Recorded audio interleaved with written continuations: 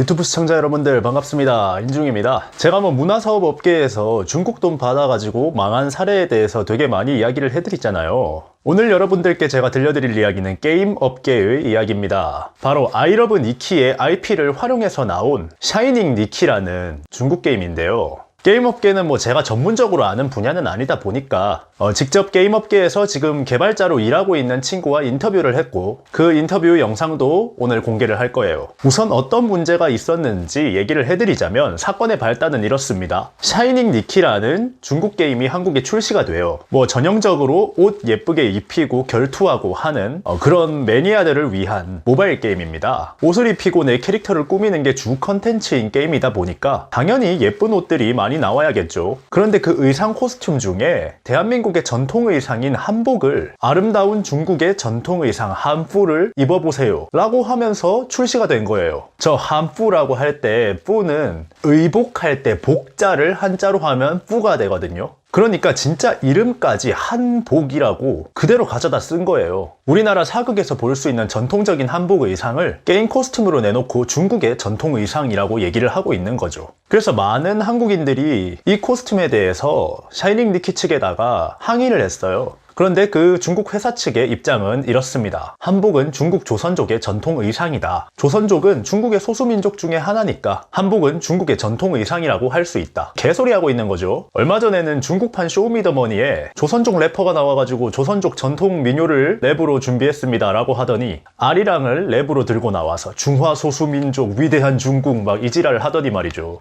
여튼 이 중국 회사의 입장에 너무나 화가 난 한국 유저들은 공식 카페에다가 천안문 사진을 올리면서 단체로 테러를 가합니다. 그리고 나서 이 거지 같은 게임을 할 수 없다고 하면서 회원 탈퇴를 하려고 하죠. 그런데 회원 탈퇴가 안 되는 거예요. 회사 측에서 갑자기 유저가 우르르 빠져나가는 걸 막기 위해서 탈퇴를 할 수 없게 막아버립니다. 그리고 나선 샤이닝 니키의 모든 유저들의 정보가 공산당으로 넘어간다는 이야기까지 나오고 있죠. 정말 유저들 입장에서는 어이가 터지는 일일 텐데 거기다가 회사 측은 한국 유저들에게 강경 대응을 합니다. 우리의 조국을 모욕하는 유저들은 채팅 금지와 계정 정지를 먹이겠다고 말이죠. 아니 계정 탈퇴하려고 하는 사람들은 막아놓고 계정 정지는 또 시킬 거래요. 모순도 이런 모순이 없죠. 여튼 그렇게 해서 국내에서 여론이 엄청나게 들끓기 시작합니다. 거기다가 여기는 드립의 민족 대한민국이죠. 게이머들이 단체로 들고 일어나가지고 온갖 드립을 만들어내면서 단체로 샤이닝 니키를 까기 시작합니다. 결국 위대하신 중화인민공화국에 대한 모욕을 견디다 못한 샤이닝 니키 측 회사는 한국 서버를 오픈 일주일 만에 닫아버리고 빤스런치게 됩니다. 이게 실제로 올라온 공지인데 유감스럽고 분노스러운 것은 논란을 일으킨 의상 세트 폐기 공지를 안내한 후에도 일부 계정들은 여전히 중국을 모욕하는 급진적인 언론을 여러 차례 쏟아내면서 결국에 우리의 한계를 넘었습니다. 중국 기업으로서 이러한 언론과 행위를 단호히 배격하고 국가의 존엄성을 수호합니다. 이에 따라 샤이닝 니키의 한국판 서비스를 종료하기로 결정했습니다. 유저들을 상대로 화를 내고 있죠. 이렇게 지들이 빡쳐가지고 서비스를 종료하는 거면은 일주일 동안 활동한 사람들에게 환불을 다 해줘야 되는데 웃긴 게 환불이 안 돼요. 환불 요청을 하면은 환불 요청을 기각시키고 그 환불 요청한 계정을 정지를 먹이고 있습니다. 거의 소비자 우롱에 가까운 상태인데 도대체 이런 게 가능한 상황인가 이해가 가지가 않아가지고 이 사태에 대해서 게임 업계에서 개발진으로 일하고 있는 사람들은 어떠한 생각인지 저의 20년 지기 친구가 대형 게임 회사의 개발진으로 일을 하고 있어서 전화를 해서 한번 물어봤습니다. 한번 들어보실게요. 일단 나도 그럼 존댓말을 할게. 일단은 사람들이 보는 거니까 그게 낫지 않을까? 아이러브 니키라는 게임이 그래도 국내에서 나름 팬층이 확보가 돼 있는 게임이었잖아요. 그런데 이제 약간 아이러브 니키 2 같은 느낌으로 지금 게임을 내보낸 건데 그쵸. 동일한 IP를 사용을 했으니까.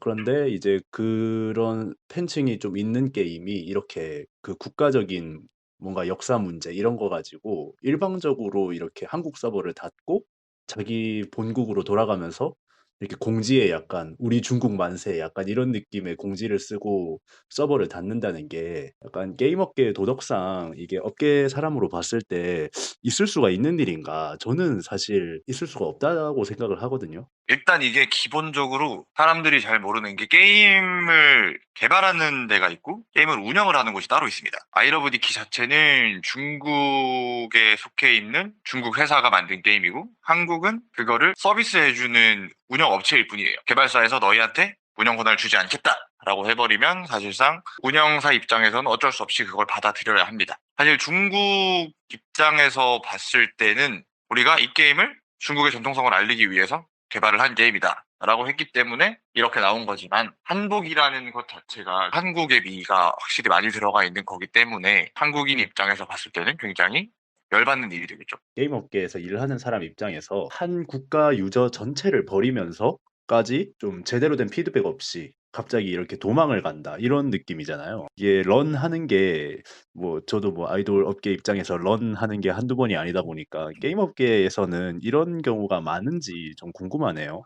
전에는 별로 없었어요. 근데 지금 중국이 힘이 되게 세지면서 조금씩 일어나고 있는 문제이긴 합니다. 중국 입장에서 마음에 들지 않으면 너희는 중국에서 게임 서비스 하지 마라 라고 해버리면 사실 게임 서비스를 못하는 입장이기 때문에 요즘 들어서 조금씩 이렇게 많이 빈번하게 일어나는 상황이죠. 예전에는 이제 안 그랬는데 슬슬 이제 중국 측에서 한국 게임 업계에도 압박을 주고 있다. 많이 주고 있는 상황이죠. 제 개발사들이 중국의 게임 서비스를 하기 위해서는 중국의 기준에 맞는 게임을 새로 개발을 해야 되는 상황이에요, 지금. 아, 한국 게임을 중국에다 수출을 하는 게 아니라 중국에다 팔려면 게임 자체를 중국인한테 맞게 새로 개발을 해야 된다. 이 캐릭터가 마음에 안 든다. 이 캐릭터를 중국풍으로 바꿔라. 그러면 출시를 하기 위해서 바꿔야 됩니다. 울며 겨자 먹기 식으로 맞추는 게 많죠. 이런 갑질을 하고 있는 약간 구체적인 예시가 이번에 뭐 아이러브 니키다, 이렇게 볼 수가 있겠네요. 그렇죠.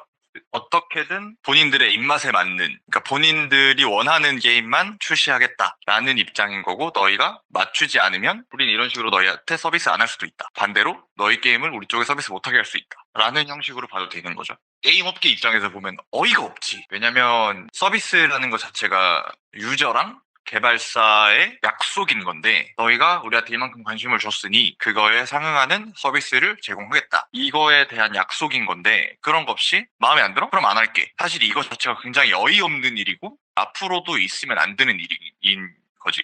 환불 요청하는 사람들은 지금 전부 다 계정 정지 먹이고 지금 빤스런 하고 있다고 들었거든. 단체로 유저들이 국제적으로 소송을 간다면은 보상을 받을 수 있는 건가, 이런 것도 좀 궁금하거든. 좀 인원이 많이 모여서 한다면 가능할 수도 있어. 만약에 소수의 인원으로 뭔가를 한다, 그러면 실패할 가능성이 높아. 왜냐면 유저들이 결제를 할 때는 기본적으로 게임을 시작할 때 그 동의 창이 나오잖아. 거기에 보면 계약서가 있어. 너희는 그 아이템을 사용하면 다시 뭐 환불 받을 수 없고, 이런 거에 대한 조항이 있는데, 그 중에 운영정책 조항이라는 게 있어. 만약에 너희가 환불을 요구를 했을 경우 뭐 개발사의 기준에 부합하지 않는 뭐 그러한 조건이면 환불해주지 않는다, 이런 조건이 있단 말이야. 소수로 했을 때 내가 안 된다고 했던 이유가 뭐냐면, 그냥 게임 개발 규정이 그렇다. 그러면 사실 그냥 중국 국가에서 편 들어주면 되거든. 만약에 단체로 해서 이게 국제화적 이슈로 커진다? 그러면은 이게 사람 대 국가가 붙는 게 아니라 국가 대 국가가 붙게 된단 말이야.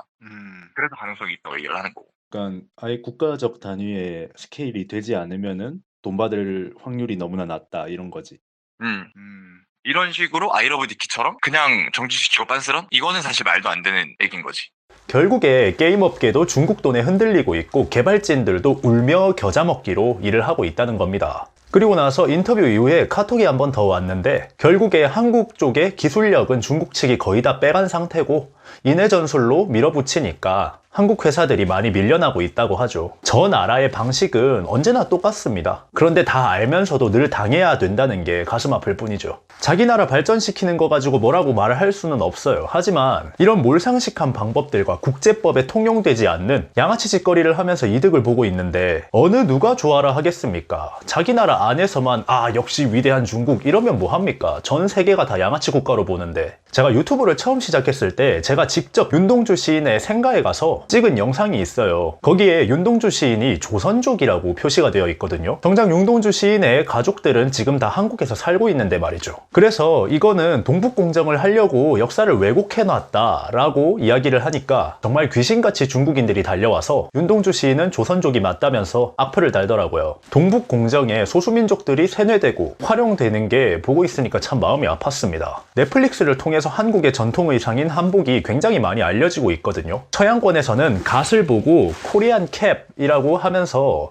저거 어디서 구하냐고 실시간 검색어에 오른 적도 있을 만큼 세계인들이 많이 관심을 가지는 의복이에요. 한국에 관광을 오면은 경복궁에 가서 한복을 입어보는 거는 거의 필수 관광 코스 중에 하나죠. 이런 와중에 남의 나라 위인, 남의 나라 의복을 조선족을 들먹이면서 자기네들 전통 문화처럼 쏙 빼가려고 한다는 게 너무나 어이가 없습니다. 중국에서 만들어낸 것들 중에 세계를 뒤흔들고 있는 그런 것들도 많잖아요. 뭐 코로나라던가 우한 폐렴이라던가 그런 것들이나 좀 자기네들 거라고 했으면 좋겠습니다. 지금까지 인중이었습니다. 감사합니다.